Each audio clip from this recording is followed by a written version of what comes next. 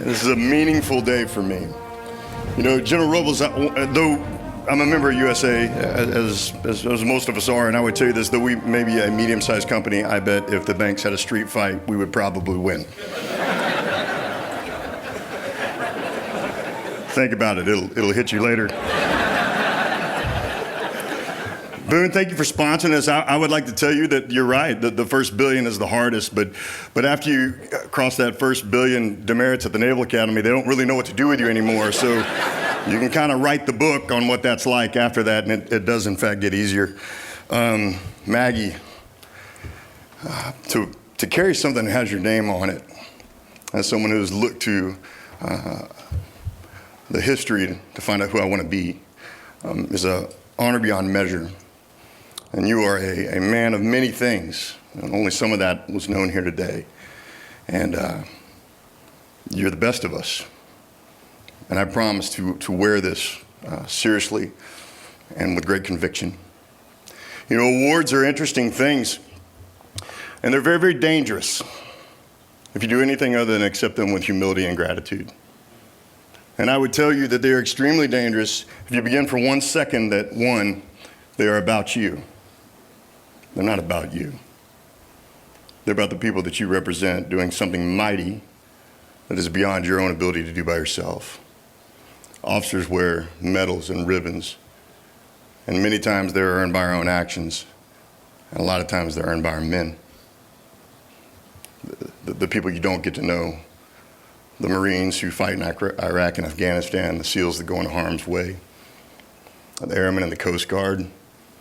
To be an officer is a mighty thing because you get to lead lions and lionesses. And oh, what a weight that is. You know, T.E. Lawrence once said that an opinion can be argued with, but a conviction is best shot. And I love conviction, because conviction produces action. And too often we celebrate opinion as though it is fact, and I promise you opinion is very rarely made the leap from opinion to fact, but conviction always does. I love conviction.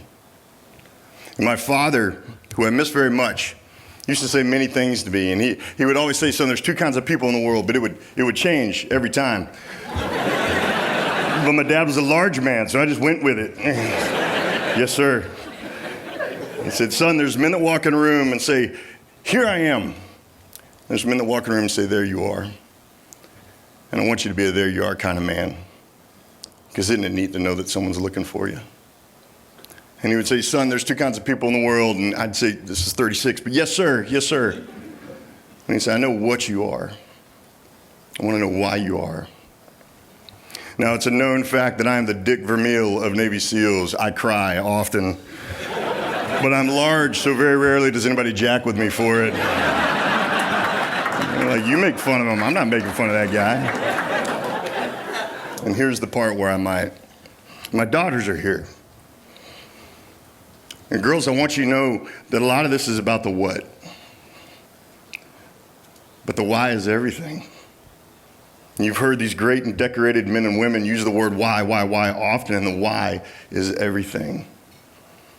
Because if all you have is what, the world will beat you. But when you have a why, you're unconquerable. And here's your daddy's why. All I want to be is the man you want to marry someday. I just want to be a man worth you. I want you to find someone who is purposeful, passionate, protective, and a provider. And let him earn you. And if he's not those four things, I don't have to worry about it. I'm not going to have to scare him off because my girls are not going to want him.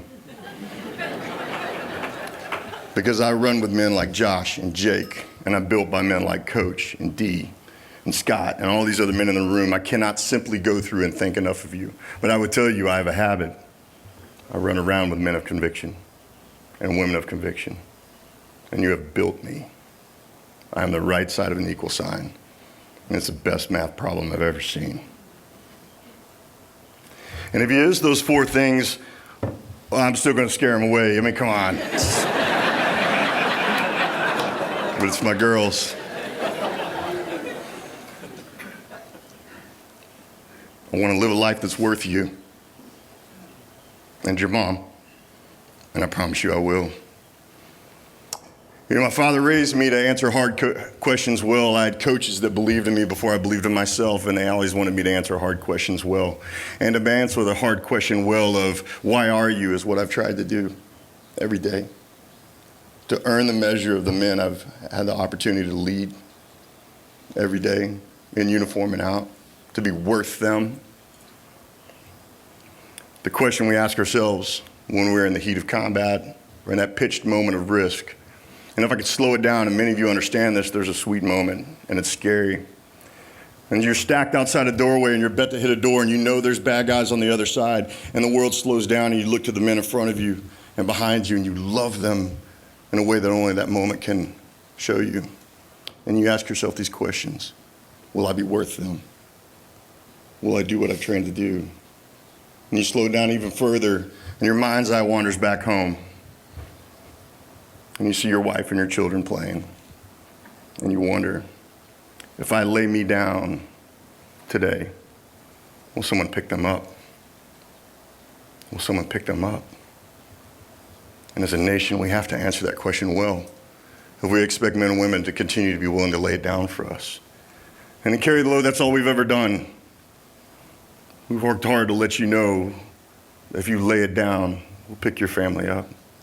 And if you've laid it down, we'll pick your family up. You know, we started Carry Low because I was angry. Because Memorial Day had turned into this 3-day weekend, this mattress sale, this car sale, and that's not what it was. So I've buried so many of my friends. And the calculus of Memorial Day was this: my friends thought you were worth dying for, and they didn't even know you. And when you don't slow down and miss them on the weekend you're supposed to, even though you didn't know them, it makes them dying for you not make sense to me. And I really, really need them dying to make sense to me. So we started Carry the Load. In the first year, we had 500 people. And this last year, we had 25,000 people involved in Carry the Load. And I got to tell you, I'm not angry anymore. Because what I get to do on Memorial Day is I get to grab these young warriors and I say, hey, stud, you can be mad about a lot of things, but you can't be mad about this. Because that 60-something-year-old man on a scooter is pushing himself around the trail for a guy he doesn't even know. And that 60-something-year-old man is walking around. He's been walking for 18 hours, and he's got this name in his fist. And he's walking for him because he's done. And the name on that fist is the name of man that you loved and you miss and you think everybody's forgotten. But that man has not forgotten him. So why don't you go tell him about your friend? Someone asked me the other day, how has Carry the Load grown so big? How have you gone from 500 to 25,000? I said, it's not about us. It's not what we do. We don't know how to do that. But what we do know how to do is ask the right people the right question. And when they say yes, you show them what to do. So we asked America, do you want to do Memorial Day better? Do you want to honor the sacrifices of law enforcement, military, rescue personnel, firefighters? And America says yes. And we go, great. This is how we're doing it. Join us or do your own thing. See, my life is so simple. I just want to answer hard questions well. Why do I exist? To be a man worth my girls. And the question I ask all of you, if they lay themselves down, will we pick them up? And when someone asks you, who are you carrying? Will you have an answer? Will you have an answer? I know a man like Maggie does. And I do. So my name is Clint Bruce. I'm carrying the sons and daughters of fallen Navy SEALs.